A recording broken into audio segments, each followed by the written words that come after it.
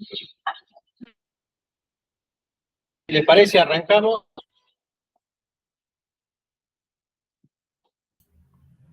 Bueno, cuando digan ustedes. Dale. Dale. Ahí arrancamos. Arranquemos ahora y porque ya hay gente en el auditorio, así que ya va a ir llegando seguramente más gente. Así que bueno, los presento, ahí pusimos la grabación. Y bueno, primero agradecerles la propuesta de la mesa y haber tenido la diferencia de cambiar el horario. Sé que es medio embrollado ahí a último momento. Así que bueno, vamos a comenzar la mesa titulada La reimaginación del dinero, valor y criptomonedas en el paisaje tecnoeconómico. Nos acompañan Hernán Borisonic, Ezequiel Gato y Marco Malamachi, que son del Centro de Ciencia y Pensamiento de la Universidad de San Martín. Bueno, muchísimas gracias por estar y los escuchamos. Bueno, muchísimas gracias a ustedes. En realidad, teníamos muchas ganas de participar de este encuentro. Nos hubiera encantado estar en Catamarca. Así que bueno, con todos los accidentes en el medio, muy contentos de estar acá. Esperemos que nuestros amigos cordobeses, que son los que un poco nos empujaron a participar, se terminen uniendo en algún momento a la mesa. Les cuento un poquito, porque es la primera vez que participamos del coloquio, dos palabras sobre el Centro de Ciencia y Pensamiento de la UNSAM. Bueno, nació un poco por voluntad de la universidad, digamos, es una iniciativa institucional que nace para pensar colectivamente algunas cuestiones del presente, sobre todo a partir de los desafíos del declive, que trae, digamos, el declive del paradigma moderno, el paradigma humanista, y de la aparición, digamos, tan acelerada y abrupta de las tecnologías digitales. Entonces, los intereses del centro se estructuran a partir de tres ejes, digamos, fundamentales o centrales, que son, por un lado, pensar nuevas miradas teóricas, especulativas, es decir, replantear la idea de lo humano, pensar, por ejemplo, los derechos más allá del paradigma jurídico moderno, pensar la crisis ambiental, el antropoceno, y las posibilidades, sobre todo, de la teoría social, de las humanidades, para dar cuenta de fenómenos muy contemporáneos y también para poder pensar cómo orientar a partir de todo eso la acción política. En relación con eso, el segundo eje del centro tiene que ver con la democracia en el contexto digital.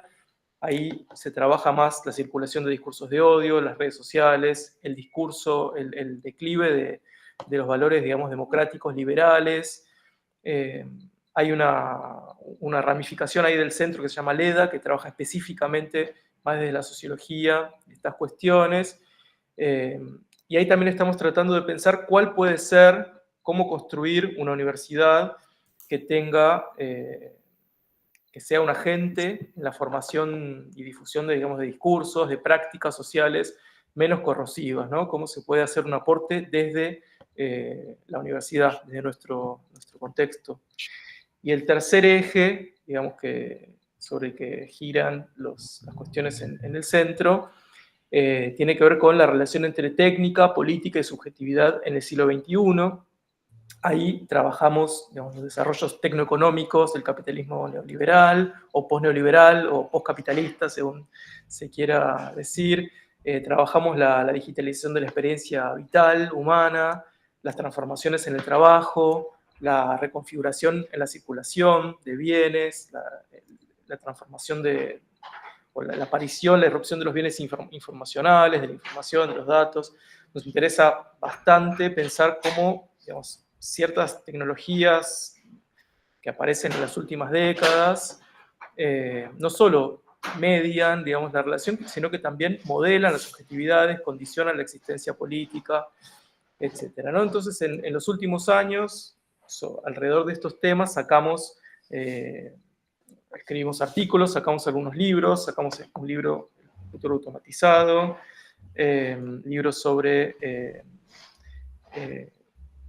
economías digitales, hicimos 2 libros sobre economías digitales, un libro sobre prácticas artísticas, ahora Marco sacó hace poquito un libro sobre criptomoneda, y también organizamos en el año 23 las primeras jornadas internacionales de economías digitales en la Universidad de San Juan, que salieron realmente muy bien, que los invitamos a participar. Ahora en el año 2025 hacemos la segunda edición, así que pronto vamos a sacar una circular en ese sentido para invitarlas a que también participen de estas jornadas. Bueno, y por mi parte,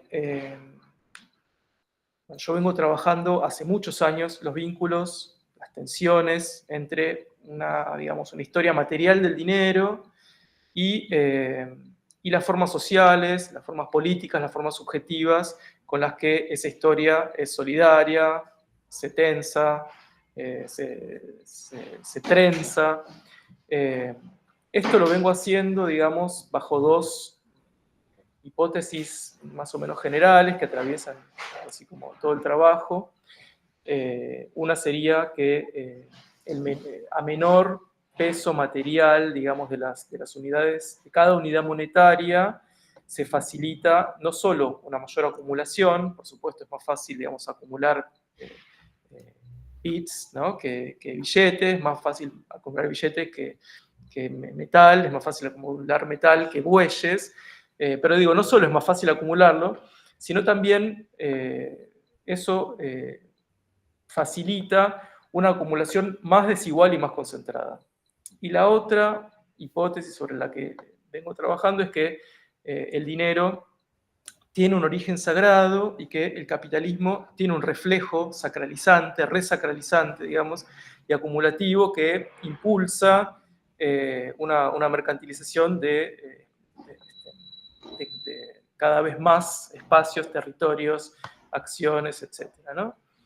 Entonces, con eso en mente, de mi parte y en este grupito en particular, digamos, en este grupo que estamos acá presentándonos dentro del centro, lo que estamos pensando son, bueno, un poco las profundas transformaciones que sufre el dinero, que experimenta el dinero, en esto que se dio a llamar era digital, digamos, a partir de la digitalización, y qué implicancias tiene en esa relación entre, digamos, subjetividad, sociedad, tecnología, economía. Como yo estoy abriendo la mesa, lo que me interesa más que nada es contextualizar un poco el debate y lanzar después entre los 3 algunas hipótesis de trabajo para ver si después aparece alguna pregunta o para conversar más entre todos estas cuestiones.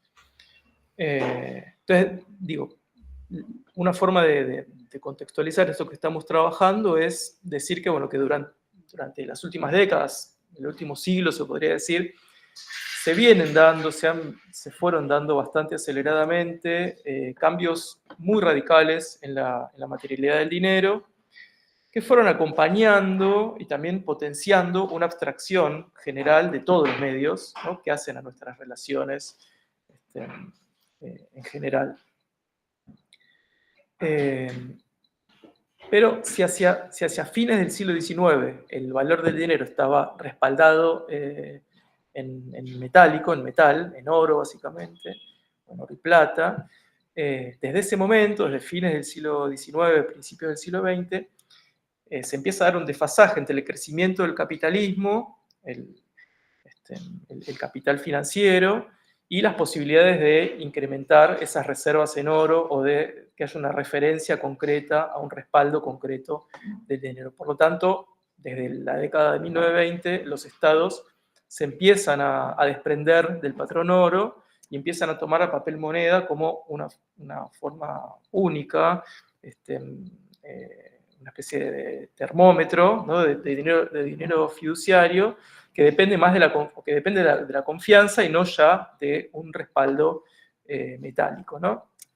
Entonces el dinero empieza a funcionar como una mercancía financiera, como un activo financiero parecido en algunos aspectos a otros activos financieros. Y eso significó una gran reorganización de la renta a nivel mundial, dentro de la cual los bancos pasaron a ser grandes beneficiarios, portadores casi únicos, casi monopólicos del dinero líquido en circulación, y eso produce un primer también gran escalamiento, una gran escala de especulación, un nivel inédito de especulación que tiene como, digamos, primera consecuencia muy visible el crack del 29, no obstante lo cual, digamos, se siguen desprendiendo los estados del patrón oro hasta la década del 70, donde eso ya es definitivo, ¿no? Otro momento importante en ese camino de abstracción en la materialidad del dinero es la introducción de las tarjetas de crédito en la década del 50, que cambia la mentalidad en torno del valor, en torno de cómo se piensa el valor, porque, bueno, entre otras cosas, posibilita transacciones sin efectivo, de mucho mayores de efectivo, casi instantáneas, y eso fue, digamos, abriendo una evolución que también tuvo un escalón importante en la creación, la aparición del e-commerce, el comercio electrónico y la banca en línea, que se popularizan en la década de 1990.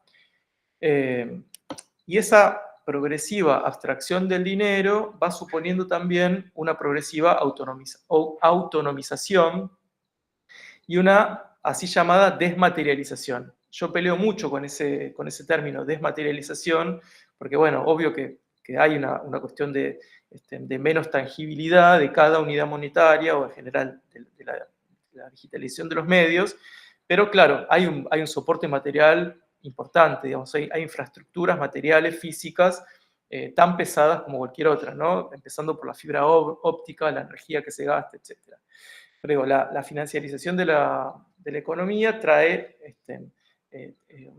una gran ampliación del territorio de la deuda, créditos cada vez más laxos y una deuda como relación, como forma de relación de la economía global, que es simultánea a la conversión del dinero en datos, en información. Es decir, lo que circula son datos.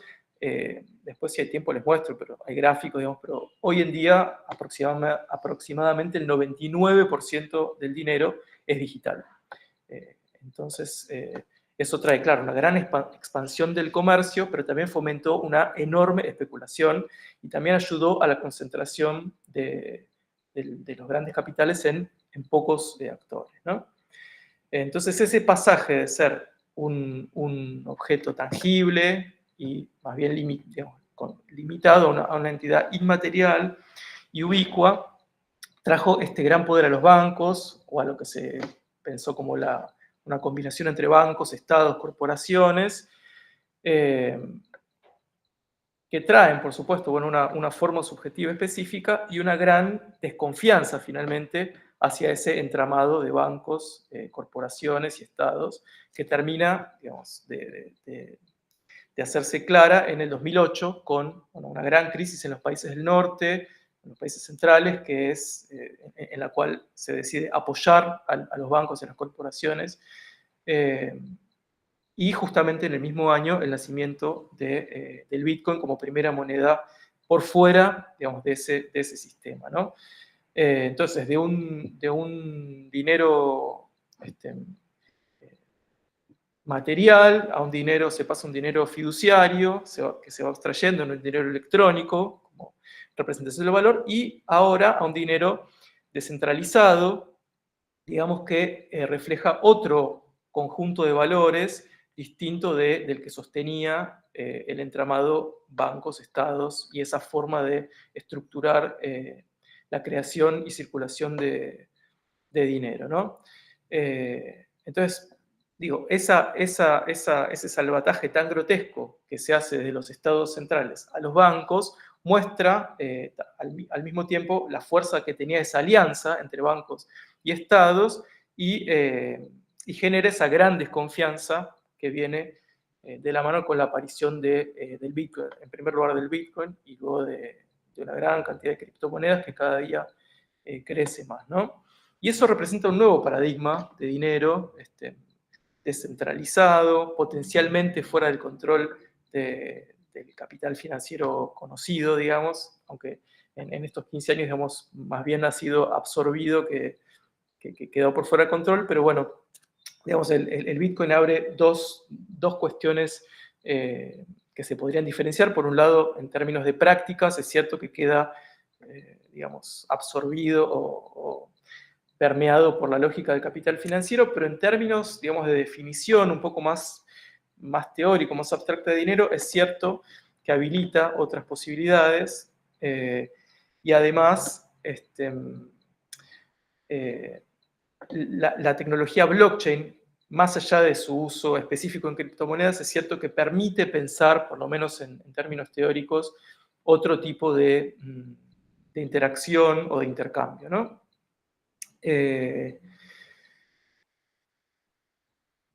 Por eso, digamos, este nivel de innovación que trae la técnica que está por detrás de la criptomoneda, bueno, nos permite volver a reflexionar, volver a poner sobre la mesa la naturaleza del dinero, digamos, qué representa el dinero, qué es el valor, qué es la valorización, cómo se relaciona soporte con uso, con sociedad en la cual eso anida, cuáles son los entramados de legitimidad, de soberanía, qué tipo de mediación suponen esas relaciones.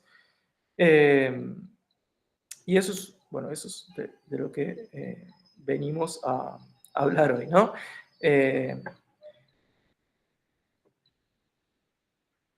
Mirando un poco hacia el futuro, frente a este escenario, digamos, lo que parecería en el campo económico y específicamente del dinero, poder pasar es algo similar a lo que puede pasar en general con las tecnologías digitales, que es probable que muchas de las categorías que usamos ahora para comprenderlas no funcionen o no funcionen plenamente y que estamos en un momento, en algún punto transicional, que no nos permite poder leer claramente o de forma lineal cuáles van a ser las próximas dicotomías, digamos, ¿no?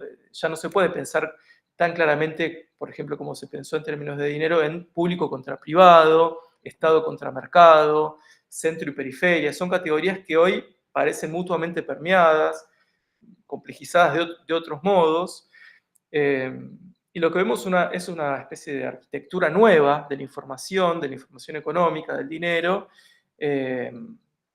donde se borra en primer lugar un poco la línea, o se vuelve más borrosa esa línea entre especulación y realidad o base económica, ¿no? Se diluye eso un poco intencionalmente y hace que se retroalimenten de otra forma que bajo el paradigma moderno.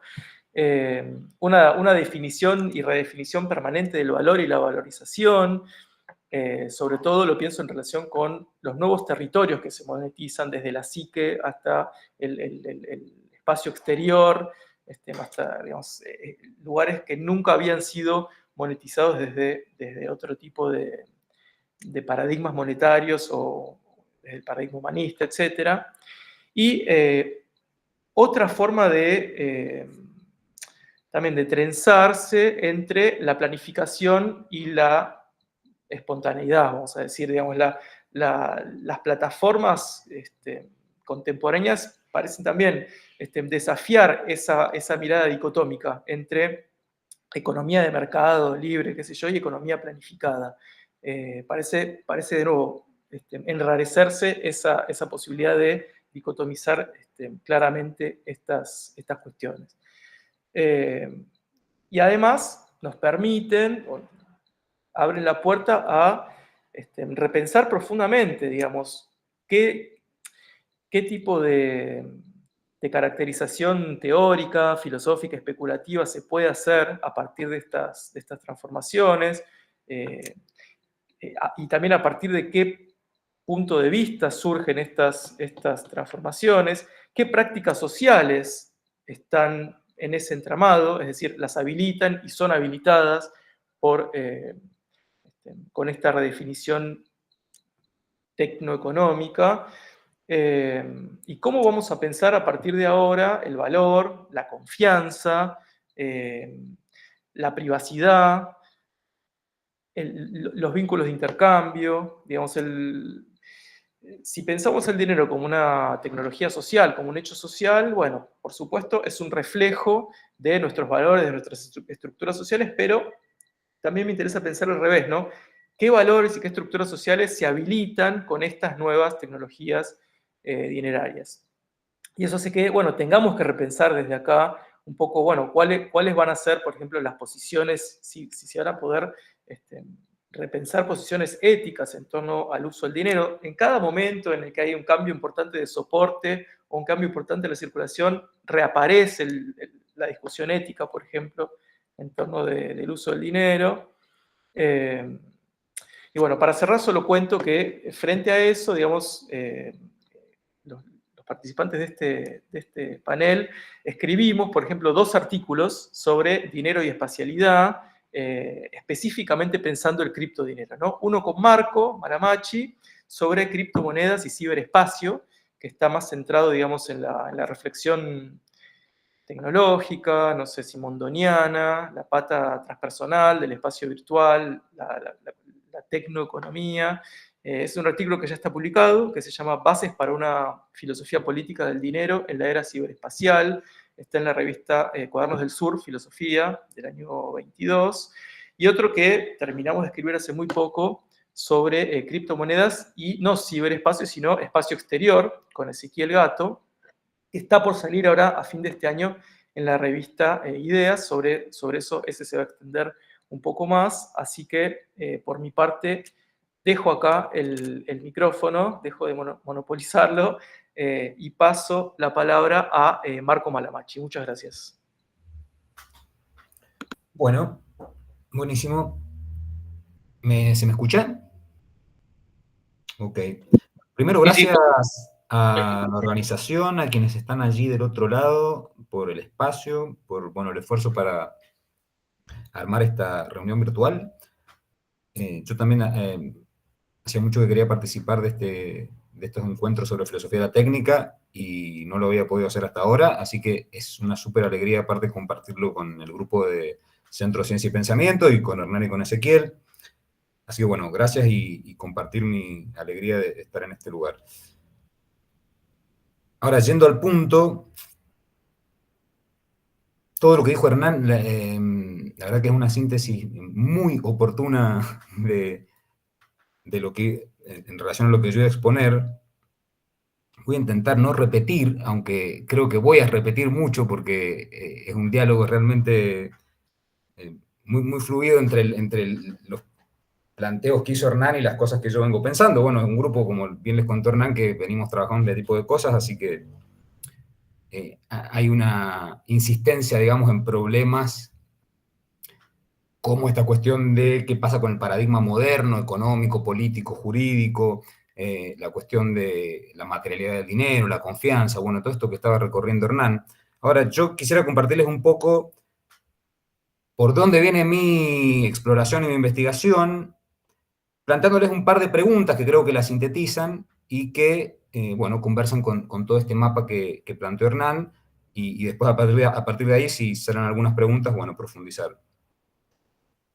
Dentro de ese gran horizonte que acaba de describir Hernán, mi exploración tiene como foco de análisis, y una exploración que vengo desarrollando hace varios años, las teorías del valor y el dinero y las ramificaciones del dinero a través de todas las infraestructuras financieras y tecnofinancieras, pero a la vez entendido esto como un eje dentro de un proyecto más amplio que tiene que ver con pensar algo que podríamos llamar una filosofía económica, y esto tiene que ver con pensar la economía desde algo que serían enfoques no economicistas.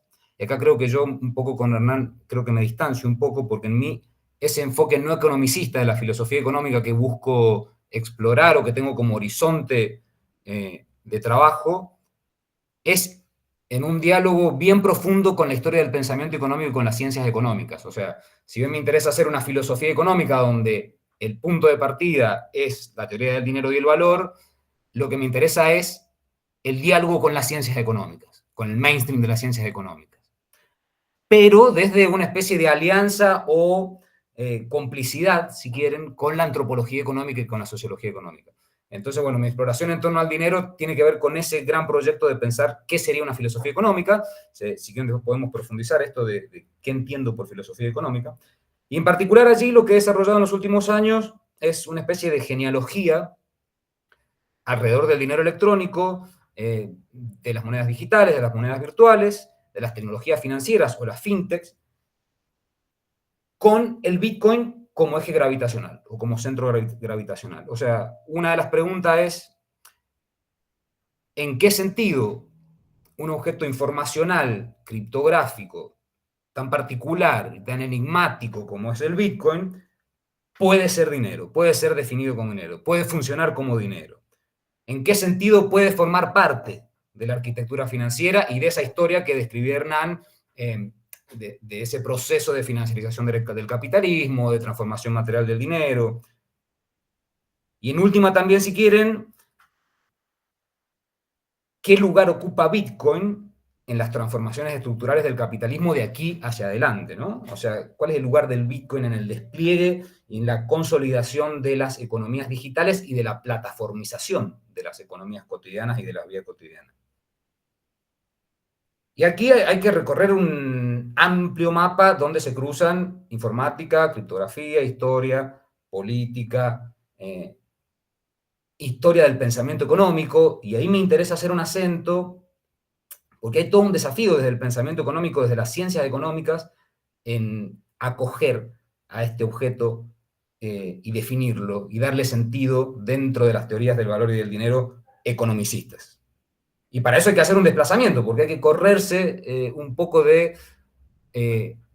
un poco o mucho, o tal vez no tanto, pero porque en Bitcoin están también, funcionan las teorías economicistas del dinero, pero hay que hacer algunos desplazamientos para darle un sentido a este objeto tan particular. Entonces, repito, la pregunta inicial es, dos preguntas iniciales serían, ¿en qué sentido Bitcoin puede ser dinero? ¿Y qué rol o qué lugar ocupa en esta historia que acabamos de describir? ¿Y qué lugar ocupa de aquí hacia adelante en las transformaciones estructurales del capitalismo?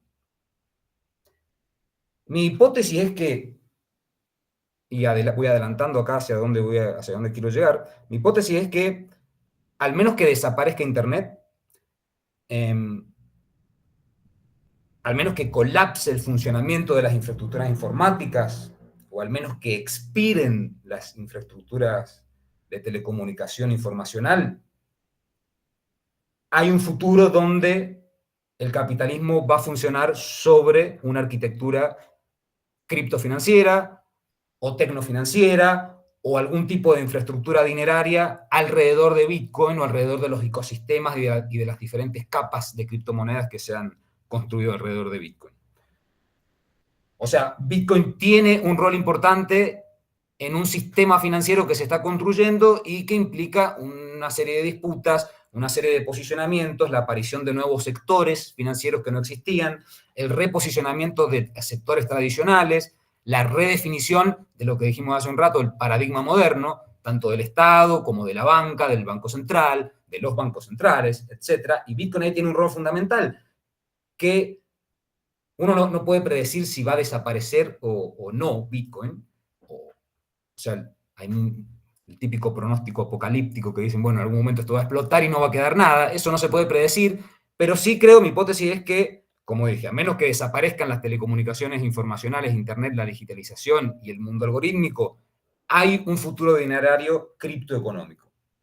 ¿Eso implica que van a desaparecer las monedas soberanas y los bancos centrales? Yo creo que no, sino que están entrando a jugar en esa arquitectura. ¿Eso implica que va a desaparecer el sistema financiero tradicional? Tampoco, sino que se van formando alianzas y van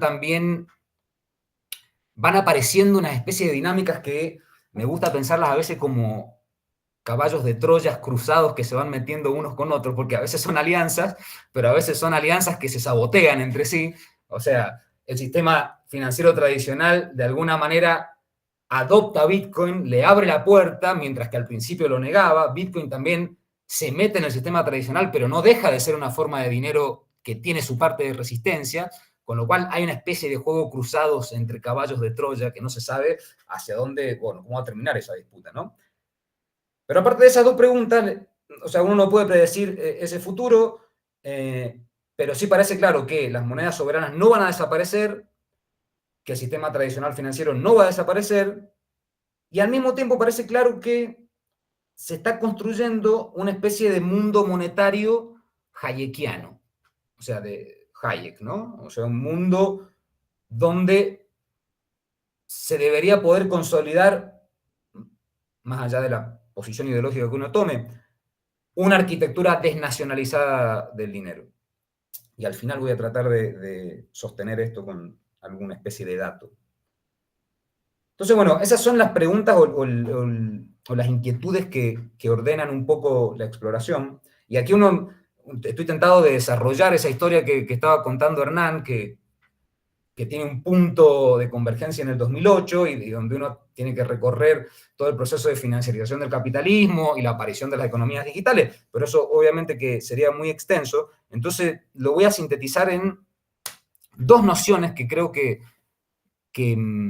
son oportunas para este contexto, pensando en la cuestión de la tecnología y de la técnica y las preguntas de la filosofía de la técnica, articuladas con el dinero. O sea, marcar dos ejes que creo que sintetizan gran parte de esta exploración que vengo desarrollando. Y una es la relación entre dinero y técnica, y la otra es algo que anticipó Hernán, que es la relación entre dinero, valor y confianza. O sea, el dinero como confianza y la pregunta ontológica sobre el valor. Entonces, por un lado, relación de dinero y técnica, o relación de dinero y tecnología. Como les dije anteriormente, a mí me interesa mucho la discusión o el diálogo con la historia del pensamiento económico y con las ciencias económicas. Entonces, si uno va hacia ese lugar, en las ciencias económicas, ustedes sabrán que definir al dinero como tecnología es algo habitual, o sea, es entender el dinero como una herramienta, como un medio para un fin, o como una tecnología social que permite solucionar problemas de cooperación, de intercambio, de coordinación, o sea, es una tecnología que permite estandarizar formas de valor, de bienes y de servicios que se pueden transaccionar en una economía de mercado como es el capitalismo. Podemos pensar en Hayek y sus artículos sobre el sistema de precios, ¿no? Pensado el sistema de precios como un sistema de señales, como un sistema telecomunicacional, y el rol que tiene ahí el dinero. Esta herramienta, este instrumento, esta máquina que hace que los precios puedan llegar a los distintos agentes económicos y de ahí que operen de una forma descentralizada. Es una tecnología de contabilidad, estoy recurriendo a definiciones de las ciencias económicas, ¿no? Es una tecnología de contabilidad que permite registrar y negociar los valores, y también es una tecnología institucional que permite la acumulación y la transferencia a través de mecanismos de pagos, de créditos, de deuda, etc. Todas estas definiciones le caben al Bitcoin parcialmente. O sea, Bitcoin cumple con esas definiciones, pero al mismo tiempo en la operatividad cotidiana no cumple con todas, entonces uno puede decir, bueno, Bitcoin no llega a ser dinero, o sí llega a ser dinero si uno considera que cumple con todas. Ahora, el dinero pensado como tecnología o como técnica no es una tecnología más o una técnica más dentro de las técnicas o las tecnologías del mundo moderno, sino que es la tecnología fundamental de la sociedad moderna. No solamente por esta cuestión de que ha terminado siendo un fin en sí mismo el dinero, o sea, es el lugar donde se condensa el valor. No solamente por eso, sino porque el dinero es el motor de apalancamiento de los ciclos económicos en el mundo moderno. Y acá recurriría a Schumpeter y a Keynes si uno quiere ir por las ciencias económicas, pero recurriría a Veblen, por ahí si uno quiere ir por la antropología económica, autor más que pintoresco e interesante, para mostrar esto de cómo el dinero tiene una función muy particular en la economía moderna, que es motorizar la industria. O sea, la expansión material, industrial, tecnológica del mundo moderno no tendría tanto que ver con un despliegue de la propia inmanencia de la técnica en su coherencia de sistemas abiertos o cerrados que van ampliando sus posibilidades, que van amplificando sus posibilidades de conexión, ni tampoco tanto con la conjunción entre técnica y ciencia, tecnología e industria, sino con la estructura bancaria. y el ciclo pecuniario. O sea, esto es Veblen, esto es Schumpeter e incluso es Keynes. La producción, la industria, el desarrollo tecnológico es una función pecuniaria. Puntualizo lo de Veblen, por si alguien no conoce a Veblen. Veblen es un autor de la antropología económica muy pintoresco, decía, porque es muy particular y ha sido olvidado en la ciencia económica. Pero Veblen lo que hizo fue poner en foco la figura del hombre de negocios y el empresario, dentro de su teoría de la clase ociosa. O sea, la pregunta de Veblen era cómo se estructura la sociedad alrededor de las clases ociosas. Entonces Veblen lo que planteaba era, bueno, en las sociedades modernas aparece un personaje muy particular, que es el negociante, que es distinto al ingeniero. Y el negociante lo que hace es buscar beneficios, invertir a través de la especulación del dinero, a través de los negocios, los créditos, los préstamos, etc. Utilizando un ciclo que termina siendo parcialmente una forma de sabotaje contra la economía. Entonces el negociante, a través de formas de sabotaje contra la economía, logra su beneficio. En Schumpeter también la innovación y el empresario tienen que ver con el ciclo del dinero y con la inversión. Y en Keynes, si quieren, los animal spirits. Con lo cual el dinero es una tecnología fundamental por cómo apalanca a la sociedad moderna y al proceso de industrialización. Ahora, volviendo al dinero, no en su relación con la tecnología, sino definiéndolo como tecnología, al mismo tiempo se lo puede definir como un dispositivo de gestión del tiempo común. Y si quieren acá esto lo pueden unir para quienes son especialistas en la filosofía de la técnica, que no lo soy, pero para quienes son especialistas en la filosofía de la técnica, Stiller, Simondon, es una forma, o sea, es un dispositivo mnemotécnico de gestión del tiempo común. Porque, ¿qué es el valor, la deuda, el crédito, si no es una gestión del tiempo común? O sea, ¿cuál es el sentido del pago cuando decimos pago algo o pagaré al portador? Pagar es saldar un conflicto pasado. De hecho, la etimología del término pagar viene de paz.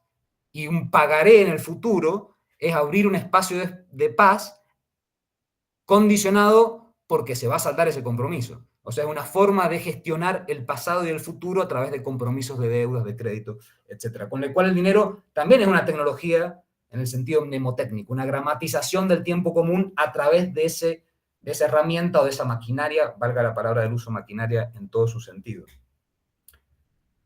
Entonces, otra vez vuelvo al principio. ¿En qué sentido Bitcoin viene a transformar esta tecnología que ha tenido su particular desarrollo en el paradigma moderno, los bancos centrales, la gestión del Estado, la monopolización, etc.? Bueno, ahí como dije al principio, hay un par de puntos para entrar que no voy a profundizar porque quiero ir al segundo punto, que es la confianza, o sea, hasta acá dinero y técnica sería, pero uno debería preguntarse cosas que ya anticipó Hernán, que es qué tipo de valor existe en el objeto informacional, en el objeto digital, en el objeto criptográfico. O sea, preguntas ontológicas en torno al valor y la digitalidad. Segundo, cuestiones sociológicas uno podría desarrollar en torno a cómo surgen los nuevos sectores. Y tercero, y esta me interesa para unirlo con la cuestión de la confianza y acercarme al cierre, cuestiones de marcos regulatorios, de marcos jurídicos, de marcos legales, etc. Pero a ver, primer síntesis hasta acá. El dinero pensado como dispositivo tecnológico es en definitiva un dispositivo de gubernamentalidad. O sea, hay algo que a mí me gusta nombrar como, y en algunos textos lo nombro así, gubernamentalidad dineraria. O que después termina siendo una gubernamentalidad financiera. Y eso unido a algo que entiendo como un saber monetario, entendido en sentido de episteme a lo Foucault. O sea, el dinero se desarrolla articulado sobre formas de saber, en torno a la banca, en torno al crédito, en torno a eso que decía recién de cómo se gestiona el tiempo, la deuda, etc. El cálculo, el riesgo, el beneficio. Todo eso es una episteme monetaria que le va dando forma a una gubernamentalidad dineraria. Diría Galbraith, ¿quiénes gobiernan el dinero y a quiénes y cómo nos gobierna el dinero? O sea, es un dispositivo de gubernamentalidad de la sociedad. Y cuando lo llevamos esto a Bitcoin, aparece la pregunta sobre esta gubernamentalidad y sus desplazamientos de los dispositivos gubernamentales estatales modernos hacia esta nueva infraestructura informacional. Entonces, muchos autores hablan de la cuestión de preguntar sobre el poder infraestructural de gobernanza y el poder de gobernanza sobre las infraestructuras. O sea, el poder infraestructural de gobernanza es cómo nos gobiernan las infraestructuras informacionales en nuestra vida cotidiana, y el poder de gobernanza sobre las infraestructuras es cómo diseñamos esas infraestructuras y quiénes las diseñan, con qué sentido. Como dijo Hernán, con qué sentido ético, qué valores se esconden ahí en esa forma de diseñar las funciones, las formas de operatividad de esas infraestructuras, etc. Y con eso quiero ir a la cuestión de la confianza, en el sentido de que el dispositivo gubernamental dinerario implica ontológicamente la cuestión de la confianza. Decime, Hernán, ¿cómo voy con el tiempo? ¿Estoy bien? ¿Cuánto me queda? Bien, bien, 5, 7, 8 minutos más. 5, 7, 8. Ok. Entonces puedo desarrollar un poquito más. Entonces decía, el dinero como dispositivo de gubernamentalidad implica una relación ontológica con la confianza, y esto de la confianza tiene que ver con, uno, los usos cotidianos, en tanto y en cuanto usamos esta herramienta, esta tecnología, porque confiamos en que otros también lo usan y en que lo van a aceptar. Esta confianza que decíamos en torno a las cuestiones éticas o valores que se esconden, no, que trenzan o que tejen las formas sociales de interacción. Y por último, esta es la que me interesa, lo que algunos llaman la confianza jerárquica del dinero, que es cómo puede funcionar a partir de poderes autoritativos que garantizan su operatividad cotidiana. O sea, confiamos en el dinero no solo porque otros lo usan, también confiamos en el dinero porque hay un marco regulatorio y un poder autoritativo que le da sentido, que monopoliza su emisión, o que, bueno, le da diferentes marcos regulatorios.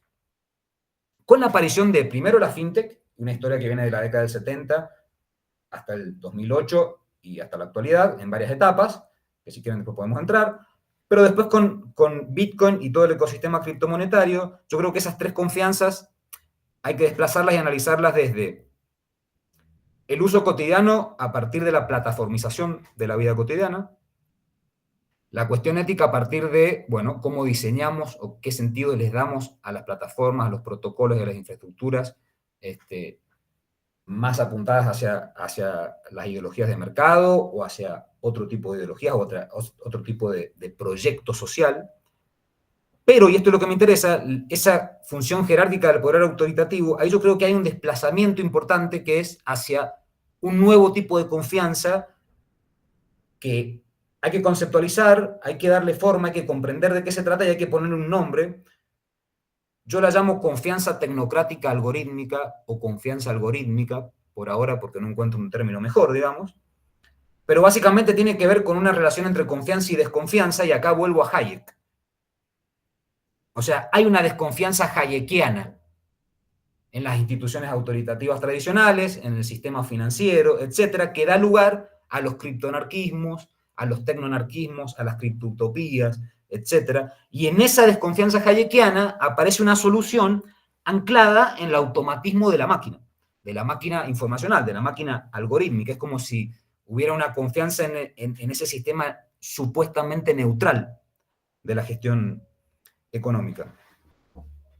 Y esto vuelvo a hacer el foco en la cuestión legal, jurídica, etcétera, porque con la aparición de Bitcoin lo que sucedió es que apareció un vacío legal, un desafío en cómo definir la naturaleza legal de ese objeto.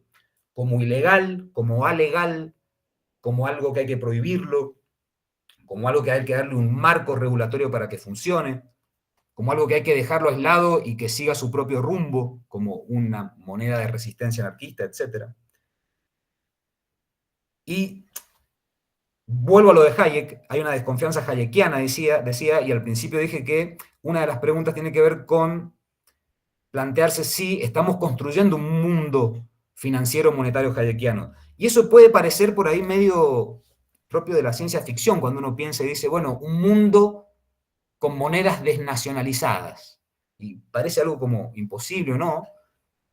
Pero si uno va a las regulaciones que se han desarrollado desde el 2014 hasta la actualidad, y hace foco particularmente en la ley europea que se aprobó el año pasado y que entró en vigencia ahora, que es la ley MiCA, uno va a encontrar que se está construyendo un mundo hayekiano en el sentido de que se está habilitando y se está legitimando un mundo de monedas no nacionales, no soberanas. Puntualizo esto para pasar de esto que parece ficcional a algo que es concreto. En la ley llamada Ley MiCA de la Unión Europea, lo que se habilitan son criptoactivos. Siempre en las regulaciones se intenta evitar la definición de las criptomonedas como dinero, y se lo define como criptoactivo, pero en la lista de criptoactivos aparece la definición de fichas electrónicas de dinero y formas de emisión basadas en tecnologías de registro distribuidos. Lo que me importa es la noción de formas de emisión. O sea, el marco regulatorio habilita formas de emisión no estatales, con sus límites y sus marcos, ¿no? Pero habilita la emisión no estatal, con lo cual es concreto, digamos, esta construcción, es concreta esta construcción de un mundo desnacionalizado del dinero. Y para cerrar, y volviendo, si se quiere, al principio de cómo pensar el declive del paradigma moderno a través de las transformaciones del dinero, pero también volviendo a, o tratando de jugar un poco con la ciencia ficción, que creo que Ezequiel acá en esto puede aportar mucho más que yo, pero tratando de jugar un poco con la ciencia ficción y responder a esto de cuál es el rol de Bitcoin de aquí hacia adelante, o de las criptomonedas. Yo creo que a veces yo estoy tentado de decir que, o me parece ver que asistimos como al cierre de un umbral donde el momento de verdad de los estados constitucionales modernos se cierra y empieza a ser parte del pasado. O sea, como que se cierra un momento de verdad de los estados modernos, de ese paradigma moderno jurídico, y lo que empieza a suceder, repito, estoy jugando a la ficción, lo que empieza a suceder es que aquel desplazamiento económico que hizo que, perdón, aquel desplazamiento histórico que hizo que lo económico y lo político pudieran unirse en la figura del Estado y en la figura de lo gubernamental, se empieza a desplazar para desanclar lo económico del Estado y tal vez dejarle al Estado solo su poder de monopolio de la fuerza, llevando lo económico no otra vez a la dimensión doméstica como sería para los antiguos, porque recordemos que para un antiguo Estado, política y economía no son todo lo mismo, no hay gubernamentalidad en ese sentido. Entonces digo, tal vez estamos asistiendo al cierre del Estado moderno, que es un momento donde lo económico y lo político se juntan dentro de la figura de lo gubernamental, para hacer que lo económico se desplace no hacia lo doméstico, sino para funcionar desde la fuerza regulatoria de la computabilidad. O sea, como si la economía terminase siendo la dimensión de concretización del sueño cibernético. Estoy tratando de jugar con lo que dijo Hernández, que finalmente hay una ambigüedad entre esto de las arquitecturas informacionales y ¿son economías de libre mercado o son economías planificadas? Finalmente no termina habiendo una especie de dinámica paradójica donde se termina concretando el sueño cibernético de planificación social a través de las infraestructuras informacionales. Bueno, básicamente, para ir cerrando, ese es el mapa de preguntas y de hipótesis con el que estoy trabajando y con el que vengo trabajando en este contexto, que en última creo que tienen que ver con pensar las derivas que se dan de las formas tradicionales del dinero, que creemos entender, pero tal vez no entendemos del todo, hacia nuevas formas hipertecnofinanciarizadas que están en gestación, están en construcción y abren un panorama, un horizonte, un mapa de objetos novedosos. Y para cerrar, y te dejo la palabra a Ezequiel, me gusta pensarlo, toda esta temática me gusta pensarlo, y en esto que dije al principio, y cierro volviendo al principio,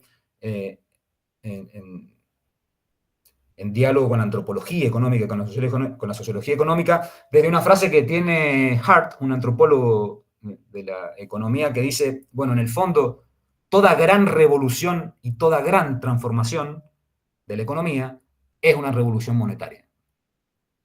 Con lo cual, bueno, respondiendo a hacia dónde va esta desmaterialización, desimaginación, como dice Hernández, del dinero, o transformación de las infraestructuras monetarias, bueno, y qué rol tiene Bitcoin ahí, algo hay en el funcionamiento de una economía monetaria cuando aparece un objeto como Bitcoin que marca el sentido o el horizonte de hacia dónde va esto. Bueno, creo que ahí con eso más o menos puedo sintetizar por dónde van mis preguntas y mi exploración. Y no sé si estoy muy pasado de tiempo, Hernández, decime. Pero bueno, te dejo el micrófono, Ezequiel. Buenísimo. Bueno, gracias. Gracias a los dos. Ahora, como soy el tercero, juego al moderador. Bueno, yo primero agradecer. Ahora se cortó la camarita que nos mostraba la gente que estaba ahí en el aula. No sé si ellos nos siguen viendo, espero que sí. Gracias por estar ahí. Y quiero también mandarle un saludo a toda la gente del coloquio, que yo sí tuve la suerte la suerte reveladora de ir por primera vez en el 2019 y la verdad es que fue un coloquio que a mí me, me- me cambió en muchísimas perspectivas e intereses, me abrió lecturas, discusiones, amigos, amigas, así que me encanta estar acá de nuevo, aunque sea virtual. Lamento que no haber podido ir, pero bueno, seguro que en los próximos vamos a estar ahí. Yo lo que un poco me parece que voy a continuar, pero también probablemente a precipitar algo de lo que estaban diciendo los compañeros, eh, porque mi idea es es hablar del último trabajo que estuvimos haciendo con Hernán, que tiene que ver con la colonización espacial actual o el New Space y qué lugar eh, están teniendo las criptomonedas y blockchain en general en esta nueva colonización o en este nuevo momento de la exploración y la colonización espacial, que me parece que nos parece que trae ahí algunas novedades respecto a cosas que recién Marco desplegaba tan bien respecto a estas novedades que trae Bitcoin, que traen las criptomonedas en relación a soberanía, confianza, a pensar al dinero como una tecnología, al estatuto de la economía. Eh, Antes de entrar a eso, me gustaría hacer un comentario en la medida en que yo no vengo exactamente de los estudios del dinero, ni de la filosofía, ni de la sociología, ni de la antropología económica, sino más bien hace algunos años que vengo investigando el problema del futuro como imaginación, como discusión filosófica, como inquietud también respecto a la discusión de la filosofía de la técnica. Y en ese movimiento, hace un tiempo que me pregunto cuáles son los imaginarios de futuro de las élites y las corporaciones. Porque me parece que ponen en juego una serie de elementos que nosotros problematizamos y tematizamos en el coloquio y en estas discusiones de una manera prospectiva, futurológica, performativa, y que digamos, hacen muy sensiblemente por creo yo, la iniciativa estratégica que están teniendo, hacen muy sensiblemente a las formas y las tendencias que van modelando el mundo en el que vivimos y en el que podemos vivir. Eso por un lado, y por otro, sí hace un tiempo que me interesa articular el problema de la imaginación de futuro con la imaginación del dinero o la cuestión del dinero, porque creo que de distintas formas, como recién explicaban Hernán y Marco, es en cada momento de alteraciones tecnológicas o de crisis, aparecen a lo largo de la historia, uno lo puede ver desde el siglo XVII por lo menos, aparecen discusiones sobre cuál es la naturaleza del dinero, cuál es la sociedad que es que el dinero podría dar forma, cuáles son los riesgos a futuro del uso o no uso del dinero, qué estatuto tiene el dinero en las utopías y en los programas políticos. pienso un poco en que ya en Utopía de Moro lo que hay es una especie de política monetaria a la inversa por ser abolicionista, es decir, el dinero es un problema para el bienestar y la felicidad social, digamos. Entonces ya me interesa ver esa articulación entre imaginarios de futuro, programas políticos, utopías y qué lugar, qué distintos lugares va cumpliendo el dinero. Entonces, como que un poco en este texto que yo voy a desplegar un poquito, creo que se combinan esas dos cuestiones. La capacidad actual de las corporaciones para elaborar de distintas maneras imágenes de futuro y el estatuto del dinero en esas imágenes. El texto se llama, todavía no salió, es como una especie de preescucha de un disco que todavía no salió, pero está pronto a salir. El texto nosotros le pusimos, lo bautizamos La moneda cósmica, el dinero en la imaginación corporativa de futuros espaciales. Y nos interesó primero marcar digamos, una diferencia, una novedad respecto a la colonización espacial actual o a las estrategias de exploración y colonización respecto a el ciclo precedente, digamos, ese momento de la Guerra Fría que seguramente todos tenemos 1, 2 o 100 millones de imágenes que están vinculadas a algo del orden de la carrera espacial, que puede ser el alunizaje, puede ser el Sputnik, puede ser el Challenger, en fin, figuras de astronautas varios, en fin, distintas maneras, Yuri Gagarin, maneras en que esa exploración espacial se consolidó en la memoria histórica. Tiene algo interesante que es que los tratados que regularon esa colonización hicieron desde el comienzo, y en particular del Tratado de 1967 sobre el espacio exterior, un hincapié muy fuerte en que el carácter de la exploración espacial era cooperativo, era internacional, debía favorecer a toda la humanidad, y se prohibían las apropiaciones privadas de recursos, las explotaciones, los experimentos con armas, en fin, una serie de cuestiones que parecían darle al espacio exterior un estatuto muy diferente a los procesos desplegados en la Tierra, en una suerte de contraste o de contrapunto. Bueno, nosotros lo que se puede ver en el nuevo espacio, en el New Space, como New Space justamente como una categoría que nombra este nuevo estatuto del espacio, es que eso progresivamente está siendo dejado de lado, atacado, diría, directamente por las corporaciones, que buscan nuevas regulaciones respecto a la carrera espacial que permitan justamente revertir el carácter no privado de su utilización.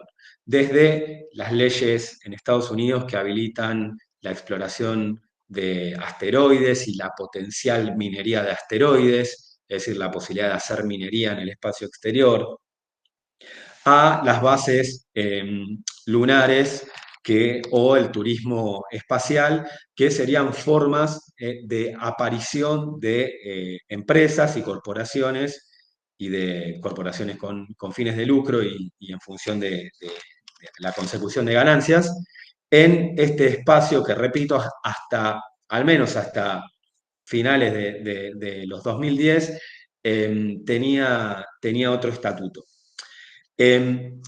Esta novedad tiene distintas expresiones, pero hay una expresión que nosotros con Hernán encontramos muy recientemente, que es el comienzo de una serie de exploraciones, de tanteos en relación al uso de criptomonedas en el espacio exterior. Es decir, la pregunta corporativa, sobre todo, de cómo y qué dinero se va a usar en los cuerpos celestes o en la órbita terrestre cuando los humanos habitemos o utilicemos esos entornos. ¿Cómo vamos a pagar? ¿Cuál va a ser el sistema de pago? ¿Cuál va a ser la moneda espacial? Esta discusión, al menos hasta donde tenemos relevado, digamos, tiene 5 o 6 años, 2018, 8 años, 2016, 2017, empiezan a darse las discusiones en relación a estas posibilidades de las criptomonedas en el espacio exterior. Hay algo ahí que, como les decía al principio, a mí me interesa porque enlaza la imaginación tecnocorporativa con la imaginación del dinero en un territorio que por lo demás está comenzando a ser una nueva frontera de acercamientos capitalistas, para decirlo en el lenguaje de la acumulación originaria, que precisamente como parte de esa acumulación, de esa captura, de ese acercamiento de esos territorios extraterrestres, comienza a preguntarse cuál va a ser el dinero que pueda existir y circular ahí. Esto abre distintas consecuencias, tiene distintas dimensiones que, independientemente de que esto vaya a funcionar o no, es decir, de que efectivamente se puedan implantar colonias terrestres en Marte o complejas bases en la Luna, etc., el ejercicio en el que entran el capital financiero y las corporaciones tiene, por un lado, efectos muy concretos en el presente y, por otro, da la pauta de cuáles son las estrategias de pronóstico, de visualización, de prospectiva de estas corporaciones. En ese punto hay algo de las ficciones monetarias y las ficciones especulativas que se entrelazan también fuertemente en las corporaciones y que permiten pensar en cómo las corporaciones producen sus propias, recién Marco mencionaba la cuestión de la ficción científica como, digamos, como un elemento que cuando uno empieza a pensar en estas cosas medio que aparece de por sí, pareciera, o tiene una fuerza se impone, pero entiendo yo que tiene que ver justamente con el carácter especulativo de las propias corporaciones en el proceso de toma de decisiones de ampliación, de valorización, de inversión, etc. Hay una dimensión especulativa, como solemos hablar del capital financiero en términos especulativos, también es interesante traer el concepto de especulación para este tipo de operaciones del pensamiento y de la anticipación que también corresponden a las corporaciones. Es decir, las corporaciones son especulativas en niveles diferentes y entrelazados entre sí. En ese punto, esta aparición de un dinero cósmico abre una serie de facetas que a nosotros nos parecen muy importantes. La primera es que efectivamente lo que estaba diciendo, a diferencia muchas veces de ciertas apelaciones sobre el capital, el capitalismo, las empresas, etcétera, de no tener una temporalidad a mediano plazo, de no pensar el futuro, de no planificar, de moverse exclusivamente por la búsqueda de la máxima ganancia en el menor tiempo posible, se pierde un poco de vista esta poderosa máquina de visión de futuros que, en particular, las corporaciones tecnológicas y financieras han ido generando en las últimas décadas y que tiene en personajes sobre todo como Elon Musk, un personaje en el que se enlaza justamente una visión a largo plazo, a tan largo plazo que en algunos momentos el discurso de Musk involucra millones de años, con valorizaciones en el inmediato y mediano plazo. Entonces, volver a pensar el capital como una máquina especulativa en este sentido complejo que maneja distintas temporalidades, diferentes temporalidades, yo creo que permite tener una visión distinta de la relación entre capital y imaginación de futuro. La otra, la otra cuestión que nos parece también interesante para pensar cómo funciona la criptomoneda en relación a la imaginación de futuro es poder desdoblarla en dos dimensiones que son complementarias o solidarias entre sí.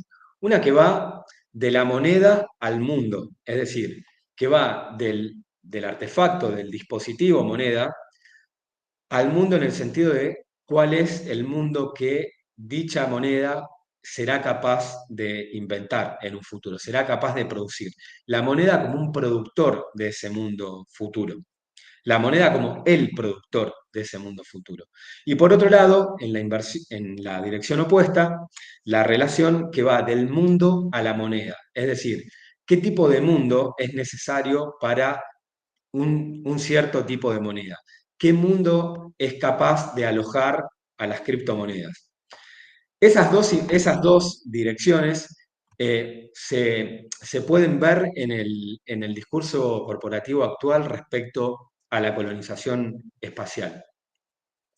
En el que va de la moneda al mundo, se puede encontrar, por un lado, la moneda, la criptomoneda, como recién Marco hacía esta diferencia, bueno, nunca se sabe si es un activo financiero o si es efectivamente dinero, y es parte de la discusión esa tensión.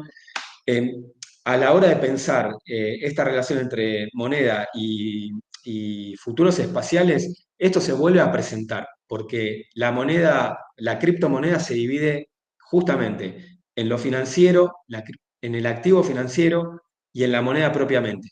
¿Por qué digo esto? Porque hay todo un discurso corporativo en el cual invertir en criptomonedas que a su vez, o sí, en activos, activos criptofinancieros, es una nueva forma de inversión en la colonización espacial.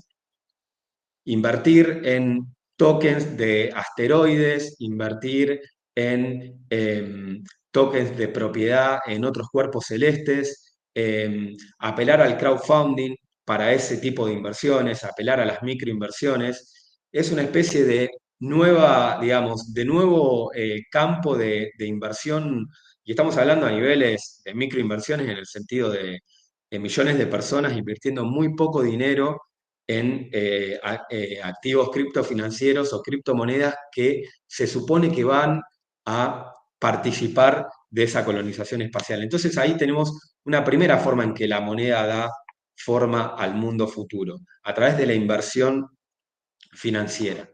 Pero la otra, esta es una muy fundamental, pero la otra, a mí me parece que es más importante, incluso, no sé, creo que más interesante, es la que va, la moneda propiamente hablando, es decir, ya no la dimensión financiera de la criptomoneda, sino la dimensión monetaria de la criptomoneda. Porque ahí es donde se abre toda una imaginación respecto a, por ejemplo, las criptomonedas en Marte. ¿Cómo funcionarían? ¿Y qué harían sobre ese mundo? Una gran parte de la imaginación libertaria y anarcocapitalista se encuentra condensada fuertemente en esta imaginación espacial respecto a la moneda, ya sea, de nuevo, Musk o Peter Thiel o decenas de miles de sitios y blogs de libertarios sueñan con una moneda que sea capaz de producir en Marte un tipo de organización social que es la utopía libertaria. Es decir, la moneda, la criptomoneda, sería el garante de la producción de un mundo finalmente desenlazado de las formas estatales, desenlazado de la confianza estatal o institucional que era característica de las formas monetarias previas y que garantizaría la fisonomía libertaria de esas colonias. Es decir, en la propia moneda, en su tecnología, las cripto y blockchain, estaría la condición de posibilidad de un despliegue libertario que quizá no pudiendo suceder en la Tierra, sí podría suceder en otros cuerpos celestes gracias a esta tecnología y a la capacidad anticipatoria, a la capacidad de llegar antes también que tendrían estas corporaciones. Todo esto, por supuesto, en otro nivel está en tensión y en disputas geopolíticas, institucionales, de tratados, etc. Pero hay un núcleo duro de la utopía libertaria que tiene en el espacio exterior digamos, un escenario al que se les aparece como muy promisorio, como muy productivo para ese despliegue, en tanto está todo por fundar, lo cual quiere decir no hay seres humanos. Si la moneda llega antes que los seres humanos, que es otra característica de estas tecnologías, pueden llegar los robots y la infraestructura, incluso antes que los seres humanos de carne y hueso, entonces las posibilidades de un despliegue libertario en las formas sociales se potencia.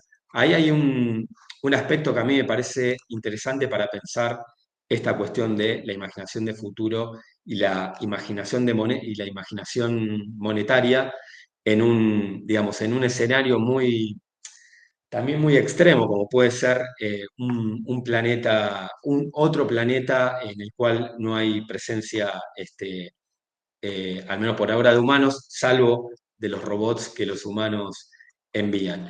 Finalmente, está la segunda línea, decía que hay una que va de la moneda al mundo en estas dos dimensiones, la financiera y la monetaria. La segunda línea es la que va del mundo a la moneda. Y ahí de nuevo aparecen toda una serie de posicionamientos casi geopolíticos y diplomáticos, donde las ciudades extraterrestres, las ciudades o las colonias marcianas o lunares, o en la Luna, harían afirmación de una soberanía que las volvería independiente de cualquier país en la Tierra. Es decir, hay una línea, un intento de que esas ciudades, esas colonias, tengan con la Tierra la misma relación que dos estados tienen entre sí en la Tierra, es decir, como dos unidades soberanas que mantienen entre sí relaciones diplomáticas, pero con grados de autodeterminación y de autonomía muy importantes. Y no en cambio como la que puede tener la prolongación de una soberanía nacional terrestre en otro territorio que el de sí misma. Es decir, hay un planteo que no tiene que ver con colonias terrestres o colonias que remitirían a soberanías nacionales terrestres preexistentes, sino con la formación de una nueva soberanía marciana que esté en condiciones de dialogar, de negociar con los poderes terrestres en calidad de sujeto soberano. Y ahí me parece que vuelve a aparecer algo que tanto Hernán como Marco mencionaron varias veces, que es esta relación entre el estatuto, la relación entre soberanía y moneda, ¿no? Marco decía, bueno, el Estado va a ir perdiendo, vamos a una desnacionalización de la moneda, mientras que el Estado en todo caso mantendrá el poder militar o el cierto monopolio de esa fuerza, mientras que la moneda estaría yendo a un proceso hayekiano de desnacionalización. Pareciera que para la imaginación libertaria de la colonización espacial, hay algo de esa soberanía monetaria que se desplaza hacia esas colonias, volviendo a enlazar algo del Estado y la soberanía, pero en términos muy diferentes a los que históricamente han tenido lugar. Pero esa desnacionalización de la moneda acabaría produciendo unas soberanías extraterrestres. Ese movimiento me parece que también habla, digamos, de unas dinámicas de imaginación política, de imaginación de futuro y de imaginación monetaria muy particulares, muy incipientes también, creo yo, pero que me parece que traen problemas en relación a el estatuto de las tecnologías, de las agencias, de la soberanía, del valor de la economía, que creo que pueden ser una buena zona de exploración para seguir pensando estos temas. Bueno, creo que corto acá y dejo también abierto por si hay preguntas o comentarios. Gracias. Bueno, buenísimo. Gracias, gracias, Marco. O sea, digo, aprovecho que se está grabando para decir, por primera vez en toda mi vida, siento que tengo un grupo real donde estamos discutiendo la misma cosa, digamos, los tres. Así que me alegro mucho, sí, me alegro muchísimo de lo que pasó de este lado de esta mesa. Espero que del otro lado también pase algo o haya pasado algo. Abrimos ahí para alguna pregunta, si alguien tiene ganas de hacer un comentario, una pregunta, hay espacio, digamos, tenemos unos 15, 20 minutos para eso. Bueno, muchas gracias, Hernán, Ezequiel. ¿Me escuchan? Tenía la cámara. Sí. Buenísimo. Bueno, Sí, se escucha. bueno, ahí arrancamos la pregunta entonces.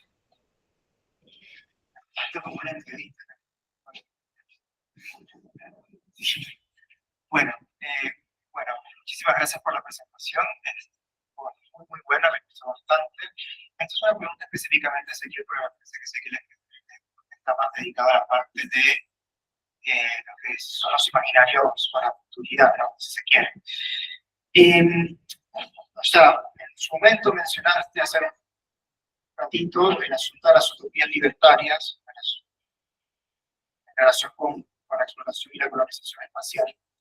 Y hay una cuestión muy interesante, porque, por ejemplo, pensaba cuando hablaban de este asunto, no sé si por ahí me acerco para acercarte un poco más. Sí, ¿me escuchan mejor acá? Ah, ¿me escuchan mejor acá? Sí, bueno, se escucha mejor. Ahora sí. No, pero esta pregunta va dirigida a Ezequiel, este comentario, a ver qué tal. En su momento, cuando comenzaste a hablar sobre las utopías libertarias, se me vino a la cabeza, evidentemente, bueno, creo que es un libro canónico, que es el de Nelson y Bloch, que es Space Capitalism, que es un libro de economía libertaria, básicamente, enfocado justamente en argumentar, si se quiere, en términos filosóficos, en términos económicos, el por qué el libertarianismo debería ser la gran ideología que guíe la colonización espacial, ¿no? Y en uno de los capítulos de ese libro, Nelson y Bloch dicen algo que a mí me pareció muy interesante. Ellos dicen, a ver, en una primera instancia, antes de colonizar el espacio, tenemos que parcelar el espacio, ¿no? Y ya el hecho de pensar en parcelamientos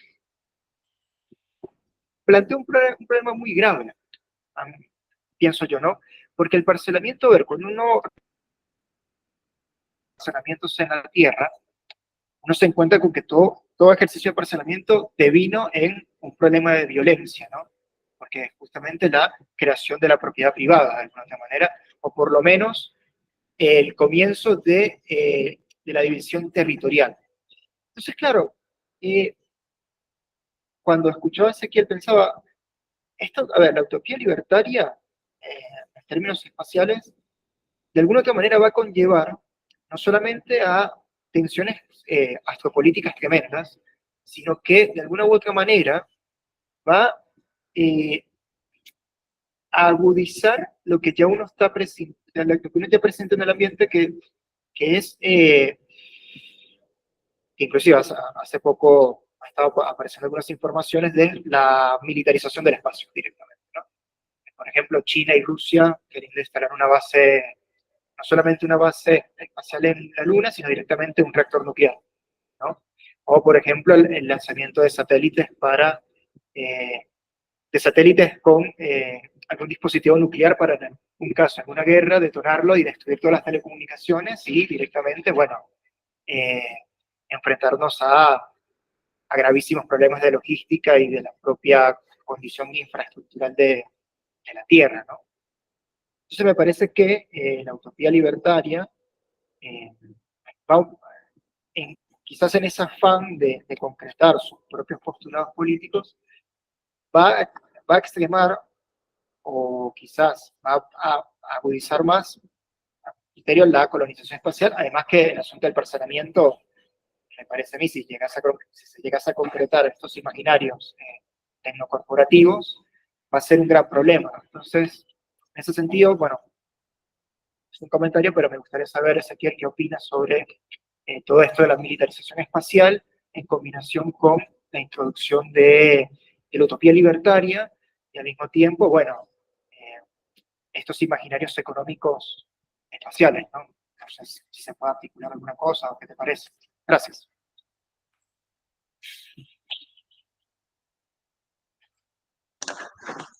Bueno, gracias.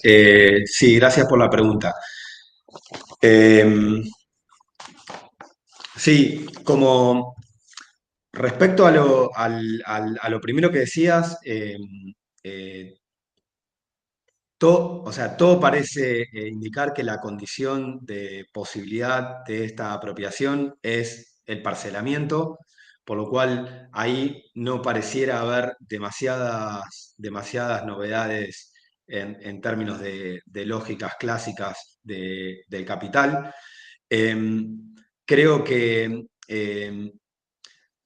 pensaba en el otro libro que también me gustó mucho sobre este tema, que es el Dark Skies, de Daniel Dewdney, que justamente el planteo de él, básicamente haciendo una lectura crítica de Space Capitalism, es que esa utopía o este nuevo impulso libertario en la colonización espacial o, digamos, esta gramática libertaria en la colonización espacial lleva inevitablemente a una mayor militarización del espacio, entre otras cosas porque la, porque hay otros actores también progresivamente significativos en esta carrera, que son sobre todo China, por supuesto, en menor medida India, pero India también está en un proceso de ampliación de sus capacidades para la exploración espacial, además de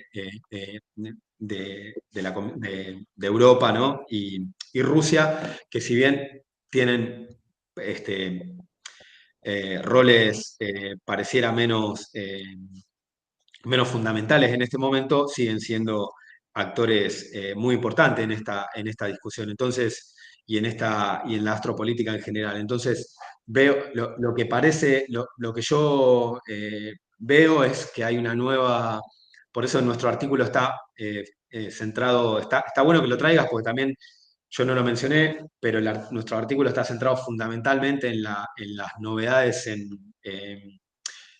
relación a Estados Unidos y a las corporaciones estadounidenses, en esa nueva rearticulación entre NASA, corporaciones y geopolítica norteamericana, que son hoy día las principales corporaciones interesadas en renovar fuertemente los acuerdos espaciales en pos de la explotación. Entonces, ahí pareciera haber una situación donde uno de los actores astrogeopolíticos se separa más fuertemente del resto en sus estrategias, que pareciera ser una diferencia también con la carrera espacial de la Guerra Fría, donde esos acuerdos fueron firmados por las tres fuerzas, por Inglaterra, Rusia y Estados Unidos, y tendieron a cumplirse. Pareciera que ahora hay una fuerza que podríamos ver también en función de sus debilidades geopolíticas actuales o en su situación geopolítica actual. Ayudaría a explicar también por qué el espacio vuelve a tener un lugar tan importante. Me parece que hay una línea a una militarización de la situación mayor. Traía a Daniel Debney porque haciendo una lectura de este libro, de Space Capitalism, y de otro muy buen libro que se llama La privatización del espacio, también en términos celebratorios, de Louis Solomon, que es un libro anterior del 2008, Debney lo que plantea es que, bueno, que esta nueva situación puede terminar rompiendo también los tratados espaciales por el lado no solo de la privatización, sino de la militarización. Así que sí, iría un poco por ahí mi respuesta.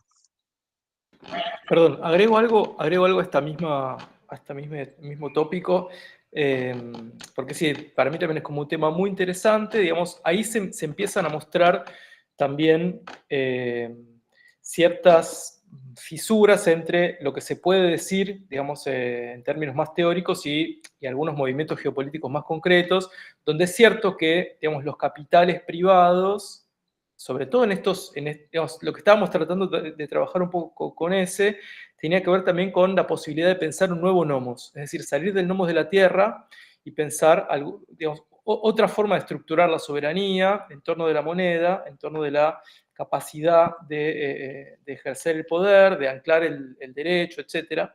Entonces digo, tanto el ciberespacio como el espacio exterior, lo que plantean son reconfiguraciones de eso que se conocía como el territorio, etc.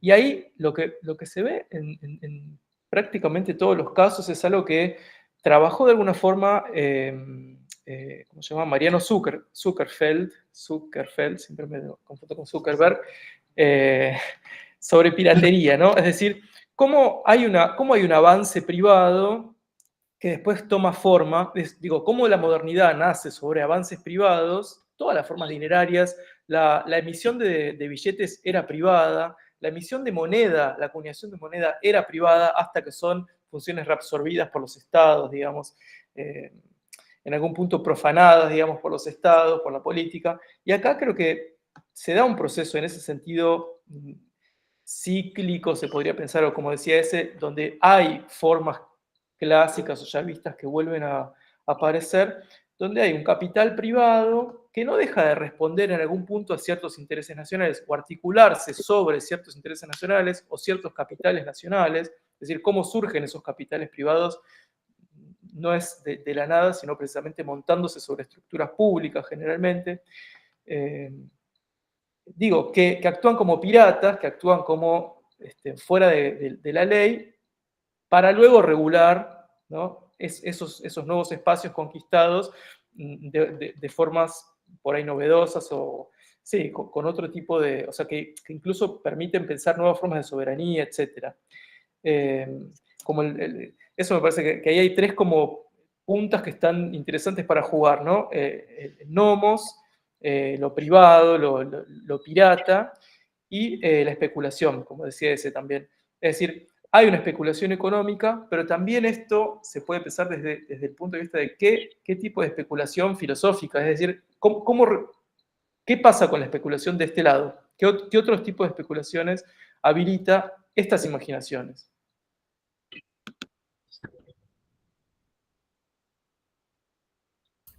Me hacías pensar, perdón, agrego solo un bocadillo así muy chiquito, cuando dijiste lo de la piratería y las formas privadas que después son cooptadas por el Estado, o bueno, ahora vos decías que se podía ver como ciclo, me hacías pensar, no, voy a decir Schumpeter, pero no estoy 100% seguro que es Schumpeter, esta cuestión de decir, creo que es Schumpeter, en la competencia por la innovación, por el desarrollo tecnológico, etcétera, lo que hay en el fondo, la competencia final no es por ver quién gana un mercado en términos de quién consigue los mejores costos, etcétera, o quién vende los productos a mejores precios, etcétera, sino que la competencia final es quién regula. Esa es la competencia entre, o sea, de innovar y no innovar, es la competencia por el sueño del reino privado, dice en un momento. O sea, quién logra privatizar Lo publico para regularlo. Nada, era un bocadillo nada más. Digo, y ahí, perfecto, yo concuerdo, ahí hay una pregunta de nuevo por la democracia, es decir, ¿qué tipo de sociedad se conforma en esos espacios donde todo está por ser regulado? Es decir, donde terminas en general rigiendo la ley del más fuerte.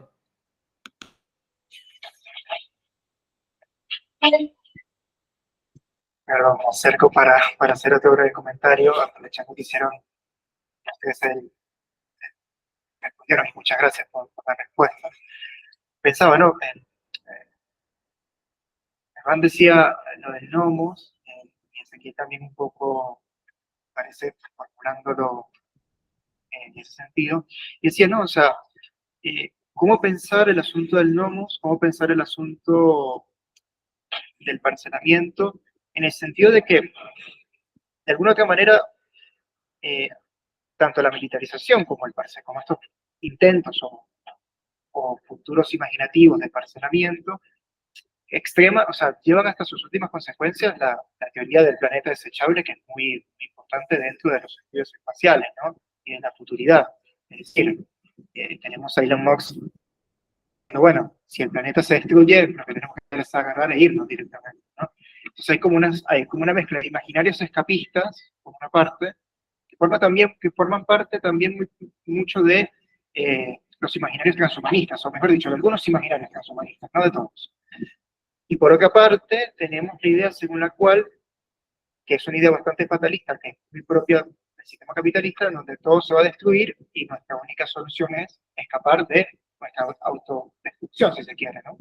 Pero el problema me parece a mí no solamente es ese, sino que inclusive si lográsemos colonizar exoplanetas o Marte o satélites de los planetas, o sea, el problema sería que seguiríamos repitiendo la misma dinámica capitalista ad infinitum. Entonces todos los planetas a conquistar serían planetas desechables directamente. O sea, es como muy interesante eso. Por eso, perdón que por ahí intervenga, pero es un tema que a mí me apasiona mucho y nada, gracias. Bueno, ahí estamos sobre el cierre. Vamos a habilitar Ahora, una... ¿puedo agregar algo a lo que dijo el compañero que me parece muy bueno lo que dijo? Una cosita cortita. Sí. Ah, gracias. No, acuerdo, me parece buenísimo lo que estaba diciendo, y pensaba un poco en esta idea en este triángulo que se arma entre planeta desechable, fuga y capitalismo, perdón, fuga y transhumanismo, porque justamente leyendo un poco cómo piensa sobre todo el transhumanismo ligado al long termism, al larguísimo plazo. eh,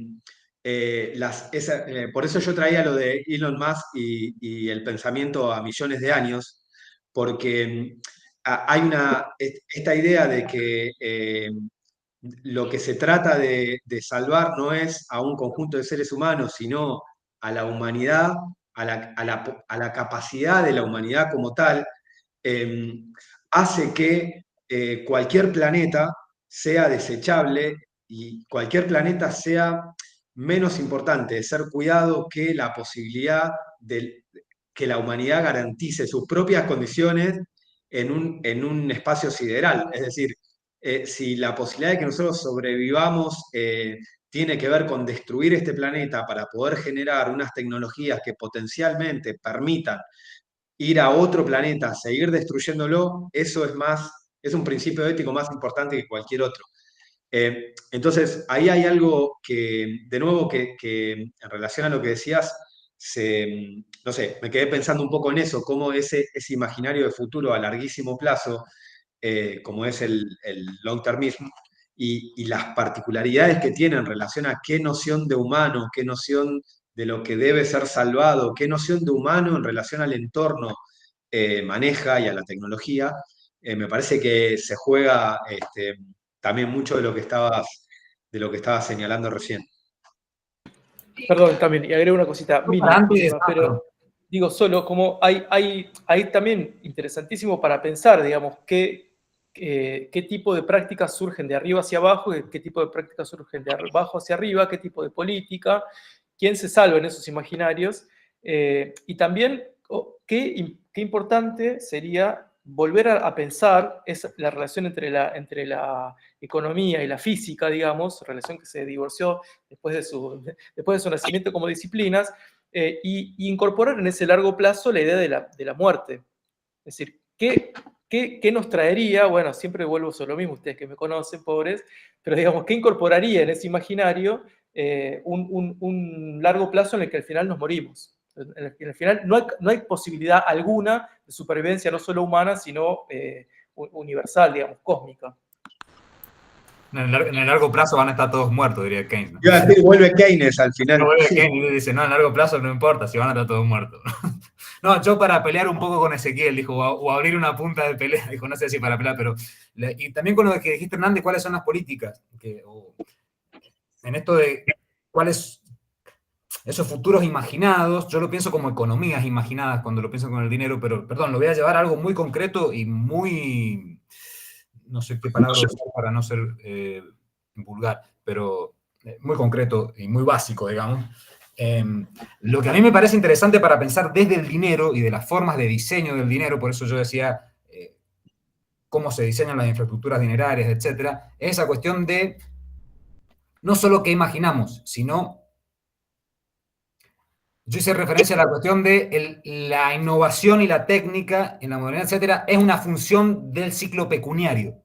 Entonces la cuestión, Elon Musk, cualquier tipo de proyecto futurista, etcétera, o en el espacio, la carrera espacial, etcétera, se concretan y se llevan adelante a través del sistema dinero de inversión. ¿Me explico? O sea, no sé si me explico a dónde quiero ir. El dinero en sí, el sistema financiero en sí, es el que permite los delirios irracionales a veces, o no tan delirios irracionales, pero Schumpeter, perdón que estoy muy schumpeteriano, Schumpeter diría, son expectativas totalmente irracionales, innovaciones o proyecciones futurísticas irracionales, gestionadas racionalmente a través del cálculo. Pero eso lo permite por el tipo de dinero. Eso es posible por el tipo de dinero que gestionamos, me parece. Por eso la otra vez en una conversación que teníamos con Hernán, yo decía, ¿qué pasa si uno piensa un dinero realmente limitado? Realmente lento, un dinero no tan financiarizado, digamos. ¿Se pueden financiar todo este tipo de proyectos tecnológicos o no? Por eso digo, la innovación y el proyecto que uno gestiona está anclado en última al ciclo pecuniario de especulación. ¿Por qué van los fondos a financiar a más y no a financiar otra cosa, digamos? Nada, un comentario para pelear en realidad. No me siento peleado porque estoy totalmente de acuerdo con lo que planteás.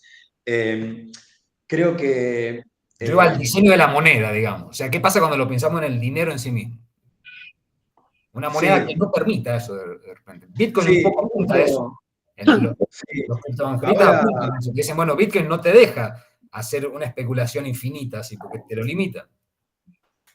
Sí. Ahora estoy empezando a tratar de escribir algo sobre Silvio Gesell y me hacías pensar recién en una moneda que difícilmente permitiría algo como esto de lo que hablaba.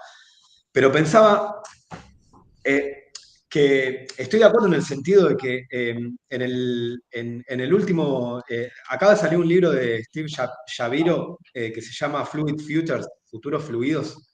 Tiene un capítulo muy interesante en el que enlaza justamente esto, la cuestión especulativa, digamos, cuáles son las condiciones actuales de imaginación del futuro, y una de ellas, por supuesto, es el capital financiero y las finanzas, y el tipo de dinero o de dineros en los que vivimos, y las tecnologías que lo vuelven posible también, que creo que enlaza mucho con lo que viene trabajando también Hernán sobre desimaginación y volver a pensar la materialidad del dinero en tiempos de bits e impulsos, etc. Shaviro plantea eso justamente, que estamos en un momento donde la cuestión ¿por qué hay tanta imaginación de futuro para que a priori parecería lo contrario, parecería que estamos en un momento de déficit de imaginaciones de futuro, pero en realidad Yaviro lo que dice es que es lo contrario, que en realidad estamos en un momento de una proliferación de imágenes de distinto tipo sobre lo que va a venir, que no tengan la forma moderna o del siglo XX o político utópica, no quiere decir que no existan, y que el lugar donde hoy socialmente se producen mayor cantidad de imágenes anticipatorias es en las finanzas o por medio de las finanzas. Y me parece que, por eso decía que no me siento peleado en el sentido de que me parece que lo que vos estabas diciendo empalma directamente con esto, es decir, las tecnologías de la finanza en el sentido amplio son las que permiten, por un lado, financiar esto en el sentido monetario, y por otro lado, cierta gramática de imaginación que hace que las características de esta imaginación tiene algo financiero en sí mismo, tiene algo de esa dinámica especulativa, de probar y volver, de hacer un tiro largo para ver qué pasa, de jugar alguna ficha disruptiva para reorientar todo el mercado. Hay algo de esa propia dinámica que está también en la forma en que, por lo menos las corporaciones, vienen pensando la colonización espacial. Lo mismo con las cripto, y con esto me callo, en los sitios, los documentos, los sitios que estuvimos viendo para este documento, muchos son muy exploratorios y a veces difícilmente resisten a la pregunta de cuánto hay de sustento en eso que están diciendo. Pero creo que parte de la dinámica de este encuentro entre cripto, especulación y colonización espacial tiene que ver justamente con esa especie de especulación financiera sobre lo espacial en un sentido amplio. Sobre todo recomiendo la convención Ascend de Ascender, que es como un gran alef de estas maneras de futurizar. Bueno, vamos cerrando así. Hay dos preguntitas, si pueden ser lo más breve, porque ya tenemos que ir cerrando la mesa, agradeciéndole, obviamente, por la presencia y por la exposición. Agradecida de ella. Mientras se habla de la criptomoneda y de la colonización, es como que tienen demasiadas preguntas, ¿no? Y como puesto que el capitalismo a través de la totalidad pareciera que ¿Se puede acercar un poquito que no le escuchamos nada? No, lo que les decía es que con esta colonización y esta criptomoneda, las nuevas monedas, y cómo se va a manejar el hombre, y con este fuerte capitalismo, en la cual a través de la epocalidad vemos cómo se manifiesta a través de la corporación y del poder justamente del dinero, como de las grandes potencias. Mi pregunta viene si este capitalismo va a colonizar este nuevo espacio, ¿sí? Y al mismo tiempo como un salvador de la humanidad, cuando nosotros vemos que es todo lo contrario en muchos lugares del mundo. Entonces, ¿cómo se va a dar? Si se va a trasladar a las grandes potencias, colonizando, teniendo en cuenta cómo nos han colonizado en la Tierra, ya que Nietzsche sabía decir que la Tierra es como la piel y el peor enemigo es el hombre, ¿no? ¿Cómo va a ser esa colonización? ¿Con los mismos de la Tierra?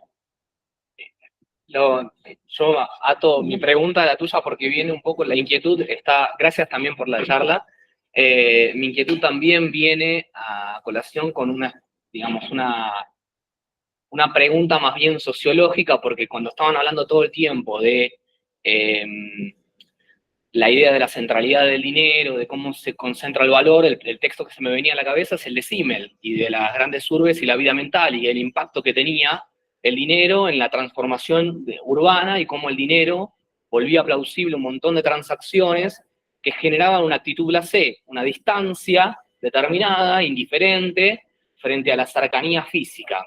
y esto parecería como ponerse en una escala espacial de distanciamiento mayor, que no sé qué correlación tendría con los vínculos intraterrícolas, digamos. O sea, frente a los marcianos y un grado exponencial de mayor insensibilidad en las relaciones intraterrícolas, o qué efectos pensarían que tendrían los lazos, los vínculos, entendiéndolos en un plano social. O sea, qué repercusiones podría tener esta lógica de una criptomoneda basada en una lógica más bien virtual, pero qué repercusiones tendría en los lazos, en los vínculos que parecen cada vez más dañados, más fragmentados, más, digamos, sí, dañados o rotos. En eso sería la pregunta. Digo algo breve, es un tema para un congreso entero, digamos, pero digo algo muy breve, digamos, creo que hay algo a lo que apelan las dos preguntas, que me parece muy pertinentes, que es a un tipo de imaginación, digamos, esto responde a un tipo de imaginación que hace bueno, a los elementos que se vienen poniendo en juego, es decir, por ejemplo, a la idea de planeta desechable. Bueno, ¿quién se va a quedar en el planeta que se está muriendo? ¿Quién se va a mudar al planeta fresco, digamos, ¿no? Es decir, ahí se van a dar una serie de vectores de poder muy concreto, apoyados en ciertas imágenes justamente de salvataje de la Tierra. Digo, del salvataje de la humanidad. En nombre del salvataje de la humanidad, bueno, ¿quién se va a quedar en el planeta podrido? ¿Quién se va a mudar al planeta nuevo? Y digo, ahí en términos de repercusión, me parece que sí, que esta imaginación puede reorganizar de nuevo una política, una soberanía, un tipo de transacción basado en esa idea como, bueno, me viene un poco cosa y le cae a la cabeza, es decir, en nombre de un valor futuro, ¿qué se hace con el presente? Es decir, ¿cómo se hace que la historia se desarrolle en términos de un valor que ya está fijado por el futuro? Sí, a mí, yo soy más pesimista por ahí que Marco, qué sé yo, digo, me parece que en primera instancia deja no solo planetas desechables, sino como un montón de habitantes de los planetas como desechables también. Y ahí, digo, va a haber que ver cómo se puede poner en juego otras tecnologías, otras formas del dinero. Digamos, si se van a poder usar esas innovaciones para algo más que beneficiar a los más fuertes de ese momento, de esos momentos. Bueno, bueno, volvemos por cuestiones de tiempo. La verdad que estaría bueno seguir charlando y discutiendo. Seguramente en algún otro momento podremos hacerlo, así que le damos un aplauso.